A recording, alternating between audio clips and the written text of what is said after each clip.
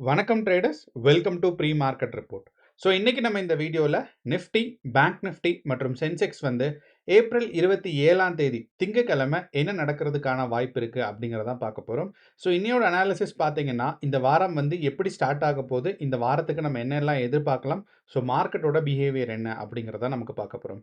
So இன்னையோட market நமக்கு ஸ்டார்டிங்கில் பார்த்தோம் அப்படின்னா கிஃப்ட் நிஃப்டி பொறுத்தளவில் நமக்கு காலையில் ஓப்பன் ஆகும்போது ஒரு 6:30க்கு நமக்கு ஓப்பன் ஆகும்போது ஒரு ஸ்ட்ராங்கான கேப் டவுன் இருக்கிற மாதிரி இருந்துச்சு.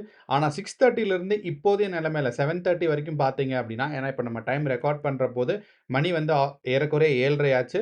ஸோ அப்படிங்கிறனால இந்த 6:30லேருந்து 7:30 வரைக்கும் பார்த்தீங்கன்னா மார்க்கெட் வந்து பார்த்தீங்கன்னா ஒரு ஸ்ட்ராங்கான ஒரு அப்வர்ட் மூவ்மெண்ட் இருந்திருக்கு. அப்போது கிஃப்ட் நிஃப்டி கேப் டவுனில் ஓப்பன் ஆனாலும் மார்க்கெட் வந்து பார்த்தீங்கன்னா மேலே புஷ் ஆயிருக்கு. இது ஒன்று. இரண்டாவது விஷயம் என்ன அப்படின்னு பார்த்தீங்கன்னா, oil price over the weekend வந்து கொஞ்சம் கீழே இறங்கியிருக்கு அப்படிங்கிறத சொல்லலாம். ஓகே. அண்ட் மூணாவதா நமக்கு வந்து ஈரான் அண்ட் யுஎஸோட போரில் நமக்கு பெரிய மாற்றங்கள் ஏற்படல. ஏன்னா இது வந்து ஒரு 50 நாளைக்கு தாண்டிடுச்சு. ஸோ 50 நாளையும் தாண்டி பார்த்தீங்கன்னா அவங்க 2 பேரும் யுஎஸ் வந்து நாங்கள் வந்து தொடர்ந்து தாக்குதல் நடத்துவோம் அப்படிங்கிறத சொல்லிட்டு இருக்காங்க. யுஎஸ் வந்து நாங்கள் வந்து பீஸ் டாக்கை வந்து அதாவது பீஸ் டாக் வந்து பார்த்தீங்கன்னா நாங்கள் பாகிஸ்தானில் நடத்த மாட்டோம் அப்படிங்கிறதையும் சொல்லியிருக்காங்க. நடுவில் பார்த்தீங்கன்னா நமக்கு ட்ரம்ப் இருந்த ஒரு இடத்துல யாரோ வந்து துப்பாக்கி சூடு நடத்தியிருக்காங்க.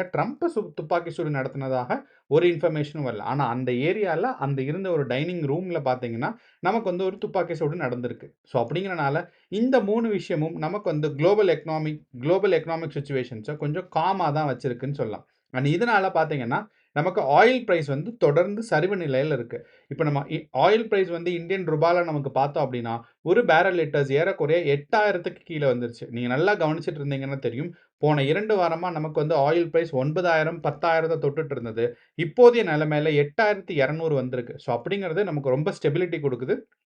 அண்ட் இந்தியன் மார்க்கெட்டில் இது வந்து ஒரு ஸ்ட்ராங்கான ஒரு அப்வர்ட் மூவ்மெண்ட்டுக்கு மூவ் பண்ணுறதாக இருக்கலாம். அண்ட் இதையும் தொடர்ந்து எஃப்ஐஐஸ் அண்ட் டிஐஐஸ் பார்த்தீங்கன்னா மார்க்கெட்டில் ஒரு பாசிட்டிவ் ஹோல்டிங்ஸ் வச்சுருக்காங்க. அண்ட் நெட் புல்லிஷாக அவங்க வந்து பார்த்துட்டு இருக்காங்க. ஸோ அப்படிங்கிறனால போன வெள்ளிக்கிழமை எஃப்ஐஐஸ் வந்து நெட் புல்லிஷாக இருந்திருக்கிறனால நமக்கு இன்னையோட மார்க்கெட் வந்து கொஞ்சம் பாசிட்டிவாக போகிறதுக்கான ஒரு எக்ஸ்பெக்டேஷன்ஸ் இருக்குது. ஏன்னா போன வியாழன் அண்ட் வெள்ளி வந்து பார்த்தீங்கன்னா மார்க்கெட் ஒரு சரிவு நிலையில் வந்தனால இன்னையோட மார்க்கெட் வந்து கொஞ்சம் பாசிட்டிவ் ஒரு புல் பேக் எடுக்கிறதுக்கான சான்சஸ் நமக்கு இருக்குது. ஸோ வாங்க இப்போ நம்ம டேட்டாஸ் பார்க்கலாம். ஸோ தட் உங்களுக்கு வந்து எந்த டேட்டாவை எப்படி பார்த்து அனலைஸ் பண்ணுறதுன்னு தெரியும்.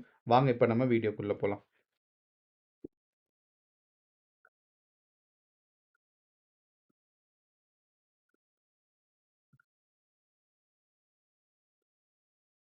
ஸோ நம்ம ஃபஸ்ட்டு சொன்ன மாதிரி ஃபஸ்ட்டு வந்து நம்ம கிஃப்ட் நிஃப்டி டேட்டாவை எப்படி பெர்ஃபார்ம் ஆகிட்டுருக்கு அப்படிங்கிறத நமக்கு பார்க்கலாம். அப்போ இந்த கிஃப்ட் நிஃப்டி டேட்டா பொறுத்தளவில் நான் காலையிலேயே ஆரம்பத்திலே சொன்னேன் என்ன அப்படின்னா மார்க்கெட் வந்து பார்த்தீங்கன்னா ஒரு ஸ்ட்ராங்கான ஒரு செல்லிங் ப்ரெஷரில் இருந்துச்சு காலையில் கிஃப்ட் நிஃப்டி டேட்டா. அப்போ இந்த ஸ்ட்ராங்கான செல்லிங் ப்ரெஷர்லேருந்து கிஃப்ட் நிஃப்டி டேட்டா பார்த்தீங்கன்னா நமக்கு 6:30லேருந்து இப்போதைய நிலைமைக்கு ஒரு ஸ்ட்ராங்கான ஒரு ரெக்கவரி ஃபேஸ்க்கு போயிருக்கு. ஏன்னா நமக்கு ஃபஸ்ட்டு ஓப்பன் ஆகும்போது நமக்கு காலையில் 6:30க்கு ஓப்பன் ஆகும்போது பார்த்தீங்கன்னா நமக்கு ஏறக்குறைய ஒரு 90 பாயிண்ட் கீழே இருந்துச்சு. ஆனால் அதுக்கப்புறம் மார்க்கெட் வந்து கொஞ்சம் கொஞ்சமாக ரெக்கவரி ஆகி இப்போதைய நிலைமை நமக்கு பார்த்தோம் அப்படின்னா மார்க்கெட் வந்து ஏறக்குறைய இதுக்கு முன்னாடி ப்ரீவியஸ் டே க்ளோசிங் எங்கே இருந்துச்சோ அதே ரேஞ்சுக்கு வந்துருச்சு. ஆனால் நமக்கு எல்லாத்துக்கும் தெரியும் அண்ட் இது வந்து நமக்கு வந்து கேப் டவுன் அண்ட் கேப் அப்போ தீர்மானிக்காது. So gap down and gap அப்போ தீர்மானிக்கணும் அப்படின்னா நமக்கு இதுக்கு முன்னாடி ட்ரேடிங் டேல 6:30க்கு 3:30க்கு மார்க்கெட் வந்து எந்த பொசிஷனில் இருந்துச்சு, இப்போதைய நிலைமையில மார்க்கெட் எந்த பொசிஷனில் இருக்குது அப்படிங்கிறதான் பார்க்கணும். ஏன்னா நமக்கு வந்து 6:30க்கு ஓப்பன் ஆகும்போது நமக்கு வந்து கிளியராக தெரிஞ்சு மார்க்கெட் வந்து ஒரு டவுன் சைட் புஷ் இருந்து மார்க்கெட்ஸ் வந்து பாசிட்டிவாக போயிருக்குன்னு. ஆனால் நமக்கு வந்து கேப் டவுன் அண்ட் கேப் அப்போ தீர்மானிக்கிறது பார்த்தீங்கன்னா இதுக்கு முன்னாடி ட்ரேடிங் செஷனில் வந்து 3:30க்கு எந்த பொசிஷனில் இருந்துச்சோ கரண்ட் மார்க்கெட்டோட கிஃப்ட் நிஃப்டியோட பொசிஷன் என்ன, இது ரெண்டும் பார்க்கும்போது தான் நமக்கு வந்து gap down and gap up வந்து தீர்மானிக்கும். ஸோ அப்படி பார்த்தோம் அப்படின்னா நமக்கு வந்து கேப் டவுன் அண்ட் கேப் அப்பை நம்ம மெஷர் பண்ணோம் அப்படின்னா மார்க்கெட்டில் அதாவது போன வெள்ளிக்கிழமை 3:30க்கு மார்க்கெட்டோட ப்ரைஸ் நமக்கு ஏறக்குறைய 23,980 அண்ட் இப்போதைய மார்க்கெட்டோட ப்ரைஸ் வந்து பார்த்தீங்கன்னா ஏறக்குறைய கிஃப்ட் நிஃப்டியோட ப்ரைஸ் வந்து பார்த்தீங்கன்னா ஏறக்குறைய 24,140. ஸோ அப்படிங்கிறனால ஒரு 190 பாயிண்ட் வந்து பார்த்தீங்கன்னா மார்க்கெட் வந்து ஒரு பாசிட்டிவாக இருக்குது. நீங்கள் ஏற்கனவே கவனிச்சிருந்தீங்கன்னா தெரியும். நம்ம வந்து என்ன சொல்லியிருந்தோம் அப்படின்னா இன்னையோட மார்க்கெட் வந்து ஒரு மேலே போகிறதுக்கான ஒரு புல்லிஷ் மூவ்மெண்ட்கான ஒரு சான்சஸ் இருக்குன்னு. ஸோ அப்போது இனிஷியலான கிஃப்ட் நிஃப்டியோட மார்க்கெட்டோட புஷ் டவுன் வந்து பார்த்தீங்கன்னா நமக்கு வந்து மார்க்கெட்லேருந்து ஒரு பாசிட்டிவ் நேச்சர் ஸ்டில் இருக்குது அப்படிங்கிறதுலேருந்து நமக்கு ப்ரூஃப் பண்ணுது. ஏன்னா நமக்கு 6:30லேருந்து இப்போ 7:30 வரைக்கும் பார்க்கும்போது ஸ்ட்ராங்கான ஒரு அப்வர்ட் மூவ்மெண்ட் இருக்குது. அண்ட் நமக்கு இதுக்கு முன்னாடி கிஃப்ட் நிஃப்டி க்ளோஸ் ஆன பிரைஸ்லேருந்து இப்போதைய நிஃப்டி ஓப்பன் ஆக போகிற ப்ரைஸுக்கு கிஃப்ட் நிஃப்டியோட சேஞ்ச் நமக்கு பார்த்தோம் அப்படின்னா மார்க்கெட்டில் 190 பாயிண்ட் வந்து பாசிட்டிவாக இருக்குது. நான் மறுபடியும் சொல்கிறேன், இதுக்கு முன்னாடி ப்ரீவியஸ் டே ட்ரேடிங் செஷனில் நமக்கு 3:30க்கு க்ளோஸ் ஆகும்போது நிஃப்டி க்ளோஸ் ஆகும்போது கிஃப்ட் நிஃப்டி வந்து பார்த்தீங்கன்னா எந்த ப்ரைஸில் இருந்துச்சுன்னா 23,900. ஏன் இதை நம்ம பார்க்கணும் அப்படின்னா கிஃப்ட் நிஃப்டி வந்து நிஃப்டி ஓப்பன் ஆனதுக்கப்புறம் நிஃப்டியோட ப்ரைஸ் ஆக்ஷன் எப்படி இருக்கோ அப்படி தான் ஃபாலோ ஆகும். அதுக்கப்புறம் நிஃப்டி 50 க்ளோஸ் ஆனதுக்கப்புறம் கிஃப்ட் நிஃப்டி அதாவது நிஃப்டியோட ஃபியூச்சர்ஸ் கான்ட்ராக்ட் என்ன ஆகும் அப்படின்னா செப்பரேட்டாக வேலை செய்யும். ஸோ அப்போது இந்த செப்பரேட்டாக வேலை செய்யும் போது தான் நமக்கு தெரிஞ்சுக்க முடியும் gap up and gap down ஏதாவது இருக்கான்னு. ஸோ இன்னையோட மார்க்கெட்டை பொறுத்தளவில் நமக்கு வந்து ஒரு ஸ்ட்ராங்கான ஒரு கேப் அப் இருக்கிறதுக்கான சான்சஸ் நமக்கு ரொம்பவே அதிகமாக இருக்குது. அப்போது நிஃப்டி 50 இப்போதைய ப்ரைஸ்ல இருந்து நமக்கு இப்போதைய ப்ரைஸ்ல இருந்து மார்க்கெட்ஸ் வந்து ஒரு பாசிட்டிவாக இருந்துச்சு அப்படின்னா இங்கிருந்து ஒரு 190 பாயிண்ட் நம்ம வந்து ஒரு பாசிட்டிவ் எதிர்பார்க்குறோம்.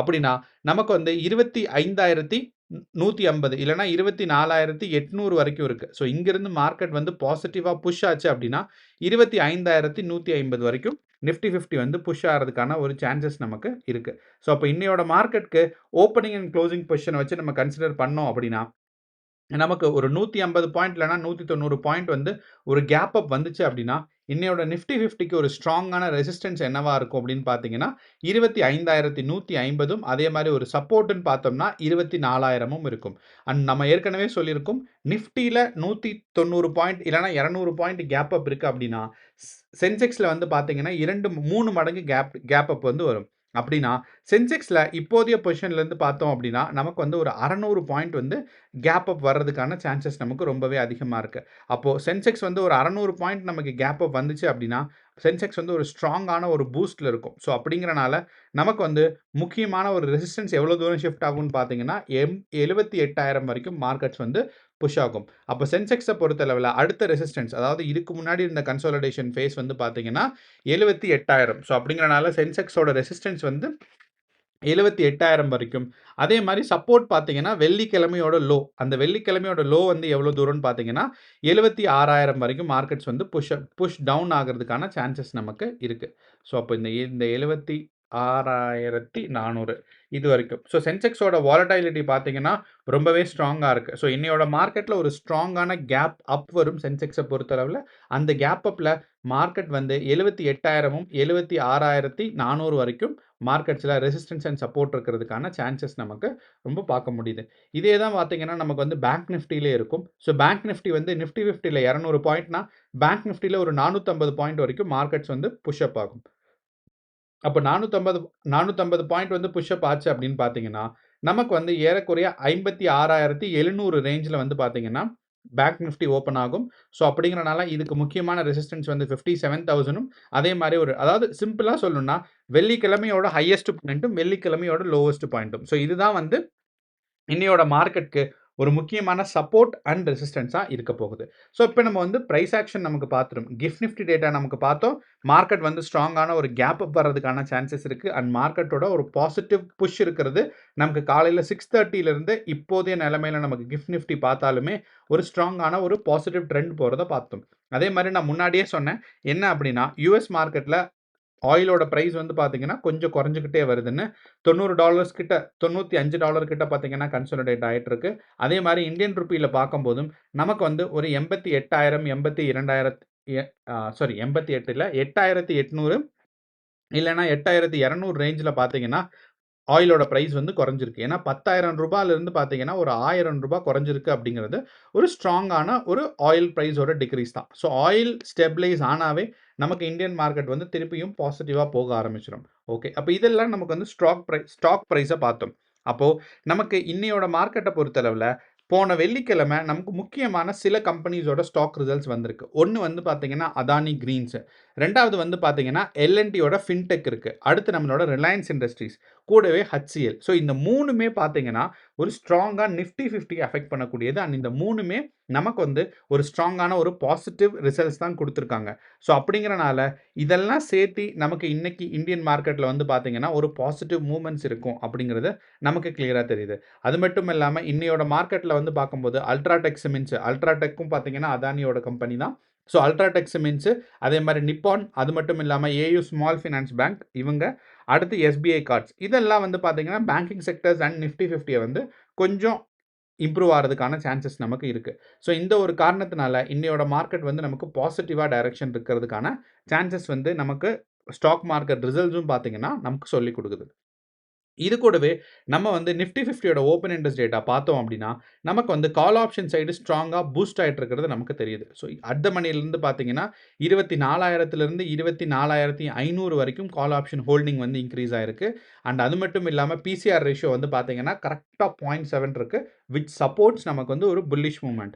அண்ட் இத விட கடைசியா நமக்கு பார்த்தோம் அப்படின்னா, எஃப்ஐஐஸோட டேட்டா நமக்கு பார்க்கும்போது, எஃப்ஐஐ வந்து நெட் புல்லிஷா இருந்திருக்காங்க போன வெள்ளிக்கிழமை. ஸோ எஃப்ஐஐஸ் வந்து போன வெள்ளிக்கிழமை நெட் புல்லிஷா இருந்திருக்கிறனால, நமக்கு வந்து இன்னியோட மார்க்கெட்ஸ் வந்து ஒரு பாசிட்டிவ் டைரக்ஷன் புஷ் இருக்கிறதுக்கான ஒரு எல்லா சான்சஸும் இருக்கு.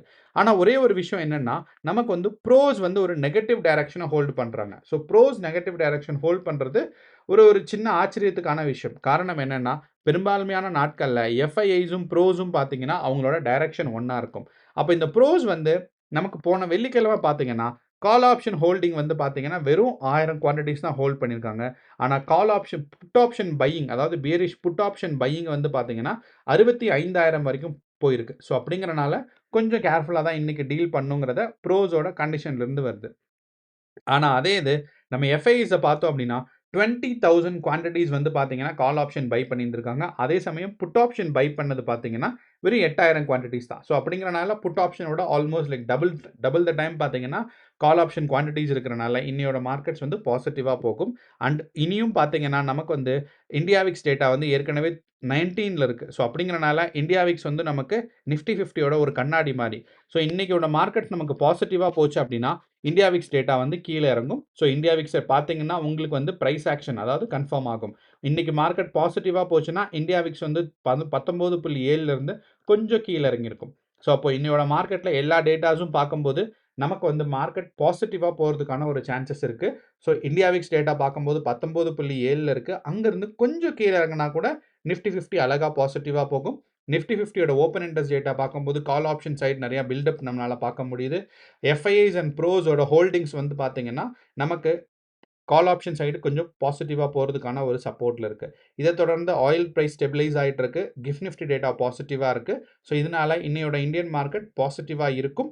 ரெசிஸ்டன்ஸ் அண்ட் சப்போர்ட் வந்து நான் சொன்ன டேட்டா உங்களுக்கு புரியல அப்படின்னா, போன வெள்ளிக்கிழமை இருந்த ஹையஸ்ட் பாயிண்ட்டும், போன வெள்ளிக்கிழமை இருந்த லோவஸ்ட் பாயிண்ட்டும் தான் பார்த்தீங்கன்னா, இன்னையோட மார்க்கெட்க்கு நமக்கு ஸ்ட்ராங்கான ஒரு ரெசிஸ்டன்ஸ் அண்ட் சப்போர்ட்டா இருக்க போகுது. ஸோ இதுதான் நம்மளோட நம்மளோட ஒரு ஃபுல் கன்க்ளூஷன். ஸோ இன்னையோட மார்க்கெட் பாசிட்டிவா இருக்கும். கேர்ஃபுல்லா ட்ரேட் பண்ணுங்க. All the best. நன்றி. வணக்கம்.